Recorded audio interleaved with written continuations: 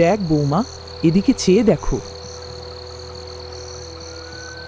এই পাথরটি কোনো সাধারণ নুড়ি নয় রে মা, এটি হিমালয়ের এক দুর্গম গুহা থেকে আনা এক তান্ত্রিকের অভিশপ্ত জাদুর পাথর। আমাকে একজন এটি দিয়েছিল এক বিশেষ উদ্দেশ্যে। জাদুর পাথর? এটা দিয়ে কি হয় পিসিমা? আপনি এটা কেন বের করলেন? আমার কেন জানি দেখে ভয় লাগছে। পাথরটা কেমন অদ্ভুত কুচকুচে কালো।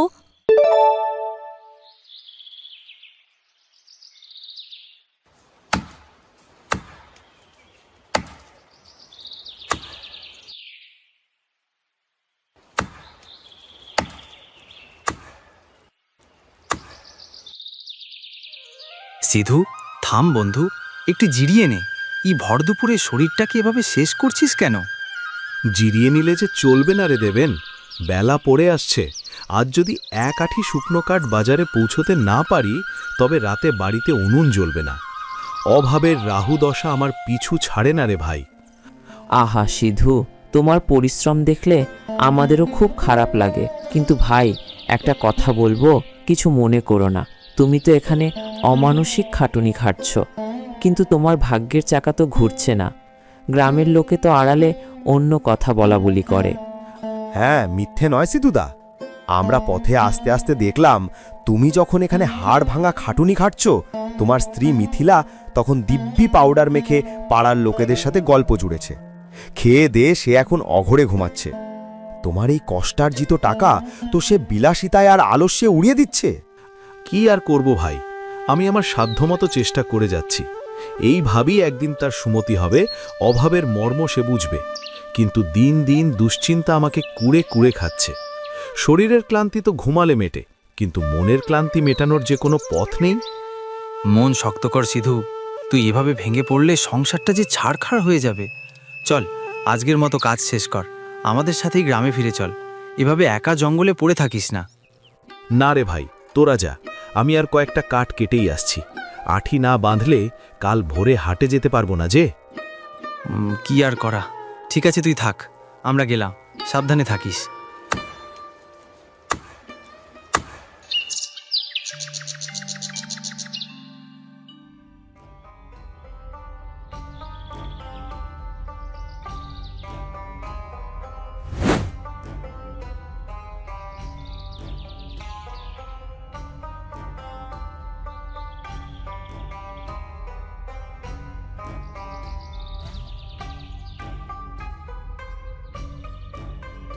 কি গো সিধু, বাড়ি ফিরলে বুঝি? বলি তোমার কপাল তো খুব ভালো, বাইরে থেকে খেটে এসে একটু জল পাবে কি তা না, তোমার গিন্নি তো রূপচর্চায় মগ্ন। পাড়ার লোক বলা বলি করে মিথিলার মতো রূপবতী নাকি এই তল্লাটে নেই। তা বাপু, রূপ দিয়ে তো আর পেট ভরে না। মিথিলা, আমি সারাদিন না খেয়ে বনের কাঠ কেটেছি, বুকটা ফেটে যাচ্ছে তেষ্টায়। ঘরে কি একটু জল হবে? আর চাল ডাল কি আজ উনুনে চড়াওনি? তুমি এসেই চিৎকার শুরু করে দিলে। দেখছো না আমি একটু সাজগুজ করছি? সারাদিন এই ভাঙা কুড়ে ঘরে থাকতে থাকতে আমার গায়ের রং কালো হয়ে যাচ্ছে। আর রান্নার কথা বলছো? শরীরটা আজ খুব ম্যাজম্যাজ করছে, উনুন ধরাতে ইচ্ছে করলো না। ওই হাঁড়িতে কালকের অল্প পান্তা ভাত আছে, জল ঢেলে খেয়ে নাওগে। আর এই যে মালতী কাকি, আপনাকে এসব কথা বলার জন্য কি আমরা ডেকেছি? আপনি আপনার নিজের কাজে যান তো দেখে। হ্যাঁ, আমি তো নিজের কাজেই যাব, কিন্তু ছেলেটার হাড় ভাঙা কষ্ট দেখে মায়া হয়।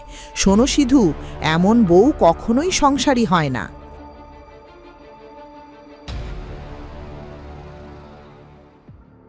সারাদিন রোদে পুড়ে কাজ করার পর ওই পান্তায় কি আমার কপালে আছে? তুমি কি একটুও বোঝো না আমি কতটা কষ্ট করে টাকাগুলো আনি? আজ যে টাকা দিয়েছিলাম চাল কেনার জন্য, তুমি কি আবার সেই টাকা দিয়ে এই সোনো পাউডার কিনেছো? টাকা তো খরচ হবেই, ভালো জিনিসের কি আর কম দাম? আমার কি নিজের একটু যত্ন নিতে ইচ্ছে করে না? যাও তো, এখন আমায় বিরক্ত করো না।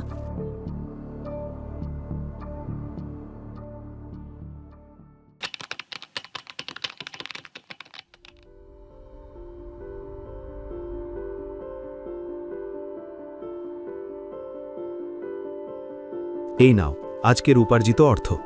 বাজারে আজ কাঠের ভালো দাম পেয়েছি। এই টাকা দিয়ে কাল সকালে তুমি চাল, ডাল আর কিছুটা সর্ষের তেল এনো। ঘরের হাঁড়ি কদিন ধরে খালি পড়ে আছে। একটু ভালোভাবে রান্না করো।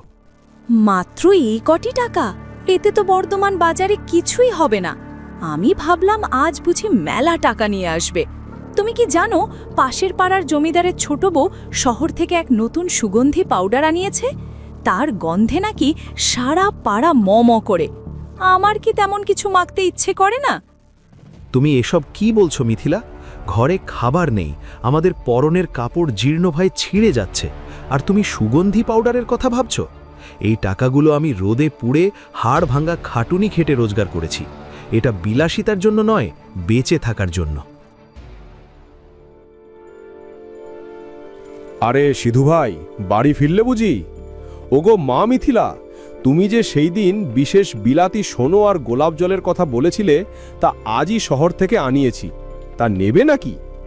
হ্যাঁ পাল মশাই, আমি ওটাই খুঁজছিলাম। এই নিন আপনার সোনোর দাম। আপনি সোনোটা এখনই বের করুন তো। না না পালমশাই, আপনি ওকে ওটা দেবেন না। ওটা আমাদের 1 সপ্তাহের বাজার। মিথিলা, তুমি এসব অপচয় ছাড়ো, টাকাটা ফেরত নাও। টাকা তো আবার কাল আসবে, কিন্তু এই সোনো তো রোজ পাওয়া যায় না। পালমশাই, আপনি টাকা নিন আর জিনিসটা দিন।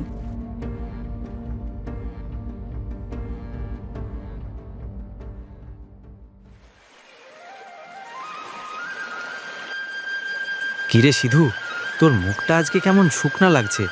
শরীর খারাপ করেছে নাকি কিছু নিয়ে চিন্তা করছিস? কি হয়েছে বল। শরীর নয় রে দেবেন, আমার ভাগ্যটাই খারাপ। আমি আর পারছি না রে ভাই। আজ সারাদিনের হাড় ভাঙা উপার্জনের টাকা মিথিলা নষ্ট করে ফেললো সোনো পাউডার কিনতে। ঘরে এক দানা চাল নেই, অথচ সে সুগন্ধি মেখে সুখে আছে। আমি তাকে কত বোঝালাম, কিন্তু সে তো কানেই নিল না। বলিস কিরে সিধু, ঘরে অন্ন নেই অথচ সে রূপচর্চা করছে? আমাদের গ্রামে তো এমন দেখা যায় না। একজন গৃহিণীর প্রথম ধর্ম হলো অভাবের সময় স্বামীর পাশে দাঁড়িয়ে সংসার সামলানো। কিন্তু বৌদিকে একবারও তোর এই শুকনো ক্লান্ত চেহারার দিকে তাকিয়ে দেখে না?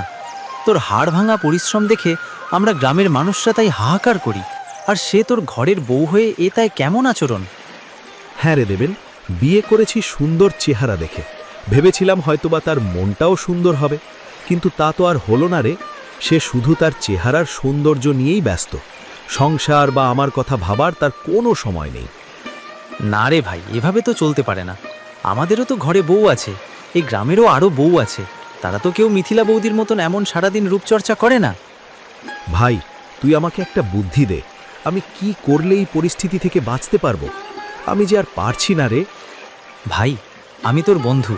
আমার সাধ্যমতো আমি তোর জন্য যে কোনো কাজ করতে রাজি আছি, কিন্তু ঘরের বউ যদি এমন হয়, তাকে ঠিক করার উপায় কি তা তো আমার জানা নেই রে। আমি তোকে কি বলবো, কিছুই তো বুঝতে পারছি না। হ্যাঁ রে দেবেন, আমিও তো কিছুই বুঝতে পারছি না। কার কাছে যাব আর কি উপায় বের করব, আমার মাথায় কিচ্ছু ঢুকছে না। তবে এভাবে চলতে থাকলে আমি যতই পরিশ্রম করি না কেন, তাতে কোনো লাভ হবে না, সব শেষ হয়ে যাবে।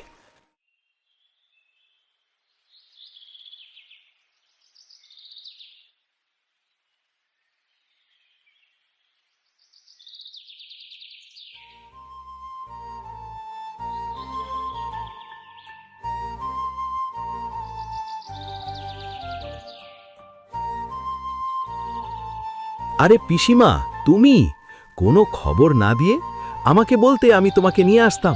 এসো এসো, ঘরের ভিতরে এসো। তোর বাড়িতে আসতে আবার আমার খবর দিতে হবে কেন রে?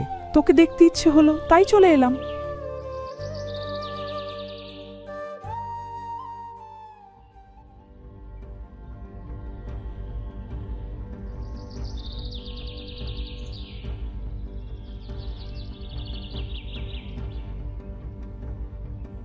এই এই কি তবে সিধুর ঘর? দেখে তো মনে হচ্ছে কোনো পরিত্যক্ত শ্মশান। বলে এই গৃহলক্ষ্মী কি তবে এই গৃহ ত্যাগ করেছেন, নাকি এ বাড়িতে ঝাড় দেওয়ার মতো কোনো হাত নেই? আরে পিসিমা, আপনি আসুন, ভেতরে আসুন। আপনি হঠাৎ এই অসময়ে? আপনি আসবেন আগে জানলে ঘরটা একটু গুছিয়ে রাখতাম। আসলে কয়েকদিন ধরে শরীরটা বড্ড ম্যাজবেজ করছে, বসার শক্তিটুকুও নেই, তাই একটু শুয়ে ঘুমিয়ে পড়েছিলাম। সিধু, দুপুর গড়িয়ে যেতে লাগলো। তুই কি আজ দুপুরে কিছু খেয়েছিস? তোর মুখটা তো একেবারে শুকিয়ে গেছে, যেন কতদিন পেটে দানা পানি পড়েনি। দেখ বৌমা, সংসারে অভাব থাকতে পারে, কিন্তু কর্মহীনতা আর অবহেলা সংসারকে আরও দরিদ্র করে তোলে।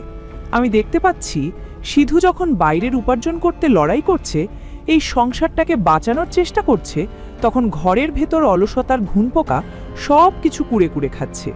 একটি সোনার ঘর তখনই শ্মশান হয়ে যায় যখন সেই ঘরের গৃহিণী নিজের কর্তব্যের চেয়ে রূপচর্চার বিলাসিতাকে বড় করে দেখে।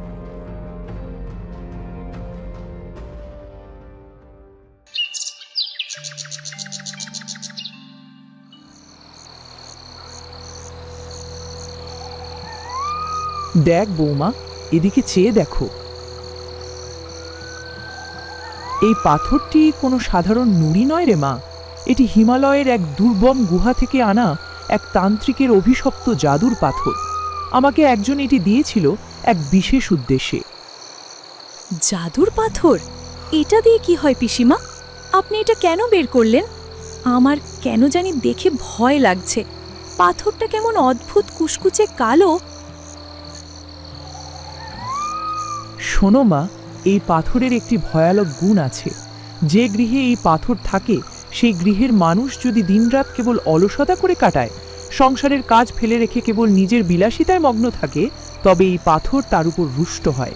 এই পাথরের অদৃশ্য অভিশাপে সেই অলস মানুষটি ধীরে ধীরে নিজের অজান্তেই পাথর হয়ে যায়।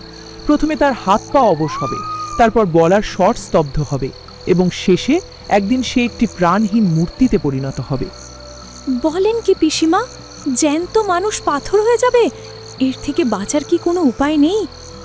উপায় কেবল একটিই মা, এই পাথর কেবল কর্মঠ মানুষকে ভালোবাসে। যদি কেউ সূর্যোদয়ের আগে উঠে ঘরদোর পরিষ্কার করে, স্বামীর সেবা করে এবং অভাবের সময় সাশ্রয়ী হয়ে চলে, তবে এই পাথর তাকে সুখ দেয়। কিন্তু মনে রেখো, অলসতা দেখলে এই পাথরের রং আগুনের মতো লাল হতে শুরু করবে, আর একবার লাল হলে অভিশাপ রোখা কারো সাধ্য নেই। কিন্তু পিসিমা, তোমার ঝোলাতে এই পাথর নিয়ে তুমি এখানে এসেছো যে?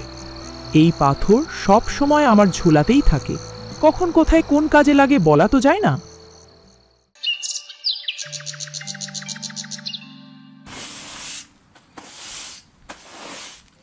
হায় সৃষ্টিকর্তা, পাথরটা যেন লাল না হয়ে যায়।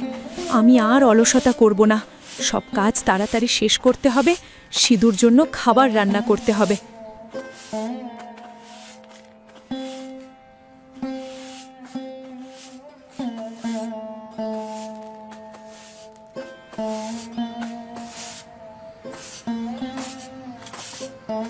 মিথিলা, তুমি এত ভোরে উঠেছো যে? আর এসব কি করছো তুমি? আমি কি স্বপ্ন দেখছি, নাকি তুমি সত্যি সত্যি উঠান ঝাড়ু দিচ্ছ? স্বপ্ন দেখবে কেন? যা দেখছো সবই সত্যি। তুমি কি জানো না, কাজে দেরি করলে পাথরটা অভিশাপ দেয়? পিসিমা বলেছেন অলস হলেই পাথর হয়ে যাব। আমি আর এক মুহূর্ত অলসতা করব না গো। তুমি তাড়াতাড়ি গিয়ে হাত মুখ ধুয়ে এসো, আমি উনুন ধরিয়ে তোমার জন্য জলখাবার তৈরি করছি।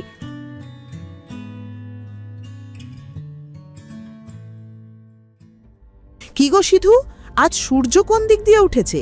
আমি কি ঠিক দেখছি? এত ভোরবেলা বউ উঠে কাজ করছে, এ যে অসম্ভব ব্যাপার। সূর্য ওঠার আগেই সারা বাড়ি চকচকে করে ফেলেছে। হ্যাঁ কাকিমা, সূর্য যেমন অন্যদিন পূর্ব দিকে উঠে, আজও পূর্ব দিকেই উঠেছে।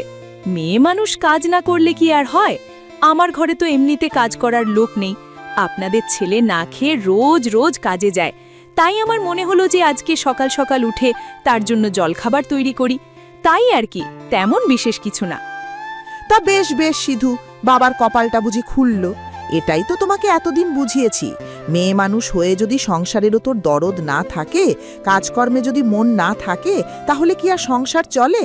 নষ্ট হয়ে যায়। করো মা, কাজ করো। আমি একটু শাক তুলতে বেরিয়েছিলাম, যাই দেখি শাক পাই কিনা।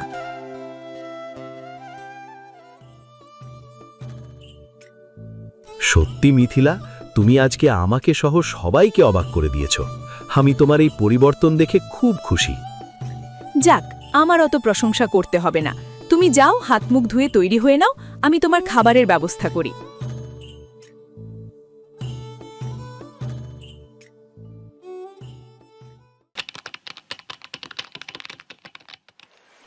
কিরে বন্ধু, আজকাল তোকে যে দেখাই যায় না, কাজে যাস আর বাড়িতে ফিরিস, কি ব্যাপার? আবার তোর চেহারাতেও একটা অন্যরকম আনন্দ ফুটে উঠেছে। কিছু কি হয়েছে রে? আর বলনিস রে বন্ধু, আমার তো জীবনের সব শনির দশা কেটে গিয়েছে রে। সৃষ্টিকর্তা আমার উপর কৃপা করেছেন। আমি সারাক্ষণ তোর বৌদিকে নিয়ে যে চিন্তা করতাম, সংসারের কোনো শান্তি ছিল না, আমার সে হারানো শান্তি সব ফিরে এসেছে। বলিস কি রে বন্ধু, কিভাবে হলো? খুলে বল তো দেখি। আরে দেবেন, তোর কাছে আমি সেদিন বলেছিলাম না, তোর বৌদি সংসারের কোনো কাজকর্ম করে না, আমাকে খাবার দাবার দেয় না, সারাক্ষণ নিজের সাজগোজ করতে ব্যস্ত। হ্যাঁ বলেছিস তো, কিন্তু আমি তো তোকে কোনো উপকার করতে পারিনি। আরে তুই না করলে কি হবে? তোর কাছে বলার পরদিনই আমার পিসিমা এসেছে বাড়িতে। সে এসে এমন এক মন্ত্র দিয়েছে যে আমার সংসারের সব সমস্যার সমাধান হয়ে গেছে। বলিস কি রে বন্ধু, তাই নাকি? তা পিসিমা কি এমন মন্ত্র দিল বল তো দেখি। পিসিমা একটা জাদুর পাথর এনেছে রে। সে পাথরের গুণেই আমার সংসারের সকল সমস্যা দূর হয়ে গেছে। আমি এখন পৃথিবীর সবচেয়ে সুখী ব্যক্তি মনে হচ্ছে।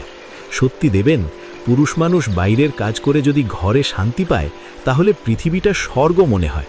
এতদিন আমার মনে হতো আমি যেন নরকে আছি। তাই নাকি বন্ধু? এত খুব খুশির খবর।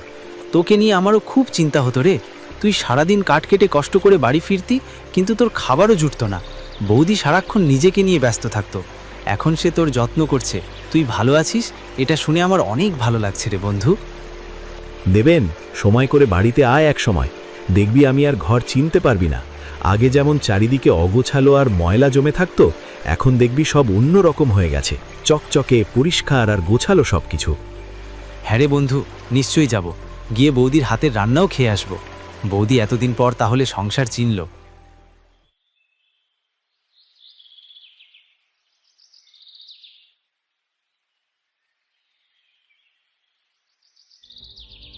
এ কি করছেন পিসিমা? পাথরটি আপনি সঙ্গে করে নিয়ে যাচ্ছেন কেন? ওটি না থাকলে যদি আমাদের সংসারে আবার অলক্ষ্মী প্রবেশ করে, যদি আমি অজান্তেই আবার অলস হয়ে পড়ি আর ওই পাথরের অদৃশ্য অভিশাপ আমাকে গ্রাস করে? পিসিমা, ওটি এই বাড়িতেই থাকতে দিন। হ্যাঁ পিসিমা, তুমি পাথরটি আমার বাড়িতেই রেখে দাও। তোমার এই পাথরের জন্য আমার বাড়িতে সুখ ফিরে এসেছে। তুমি ওটিকে নিও না। আমি চাই না আবার আমার সংসার অলসতা আর অশান্তিতে ডুবে যাক। শোন সিধু, মিথিলা, তোমরা দুজনেই শান্ত হয়ে বসো। আজ তোমাদের একটি ধ্রুব সত্য বলার সময় হয়েছে। যে পাথরটিকে তোমরা এতদিন ধরে জমের মতো ভয় পাচ্ছ, সেটি আসলে কোনো তান্ত্রিকের দেওয়া অভিশপ্ত পাথর নয়। এটি আমাদের গ্রামের রাস্তার ধারে পড়ে থাকা অত্যন্ত সাধারণ একটি পাথর মাত্র। সে কি পিসিমা?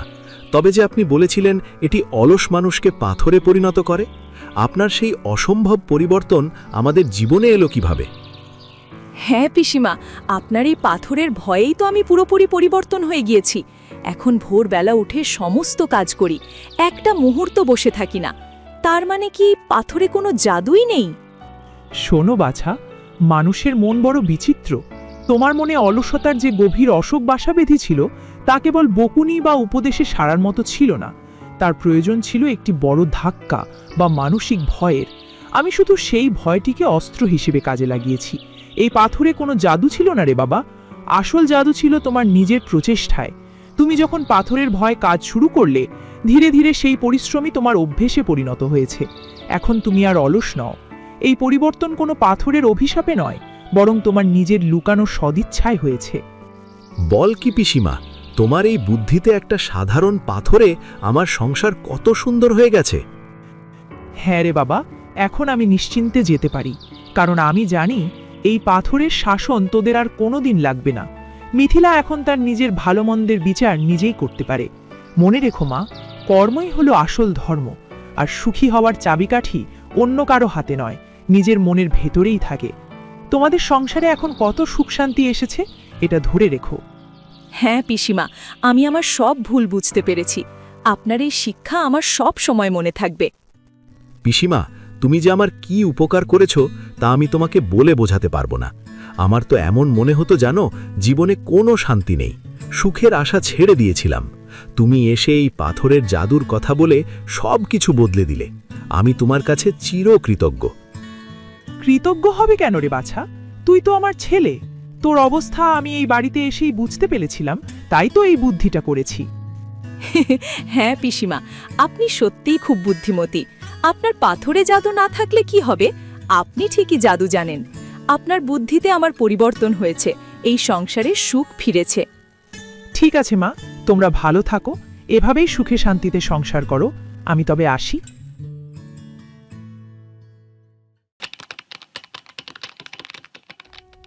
জানো তো, পিসিমা আমাদের চোখ খুলে দিয়ে গিয়েছেন। আমি আজ সারাটা দুপুর ভাবছিলাম, যদি পিসিমা ওই সাধারণ পাথরটিকে জাদুর পাথর বলে আমাদের ভয় না দেখাতেন, তবে কি আমাদের জীবন কোনোদিন বদলাতো?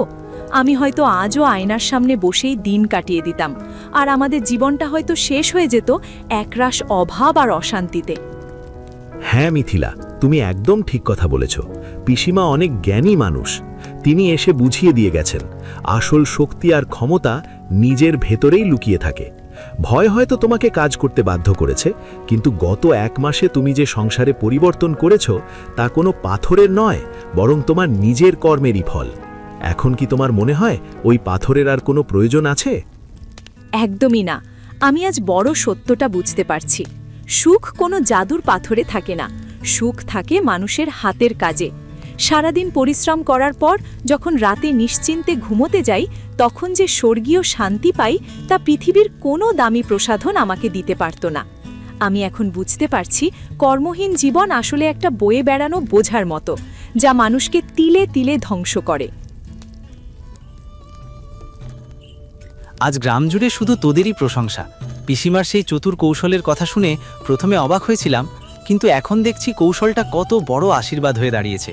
তোদের এই অভাবমুক্ত হাসি ভরা সংসারই বলে দিচ্ছে যে আসল জাদু কোথায় লুকিয়েছিল। ঠিক বলেছিস দেবেন। আমরা মানুষরা প্রায়ই বাইরের কোনো অলৌকিক শক্তির উপর ভরসা খুঁজি, কিন্তু ভুলেই যাই যে সৃষ্টিকর্তা আমাদের দুটো হাত দিয়েছেন কাজ করার জন্য। মিথিলা এখন নিজেই নিজের ভাগ্য পরিবর্তন করেছে, কোনো জাদুর সাহায্য ছাড়াই। এটাই হলো আসল কর্মের জয়। মানুষ তার নিষ্ঠা আর শ্রম দিয়ে যে শান্তি গড়ে তোলে, তা কোনো মায়া বা জাদুর চেয়ে অনেক বেশি শক্তিশালী। হ্যাঁ দাদা, বসুন, পিঠা বানাচ্ছি, খাবেন? হ্যাঁ বৌদি, আপনার হাতের পিঠা তো অবশ্যই খাবো। খুব ভালো সময় এসেছিস রে বন্ধু। তোর বৌদি দেখ কত সুন্দর পিঠে তৈরি করছে। আমরা আজ মজা করে পিঠে খাবো।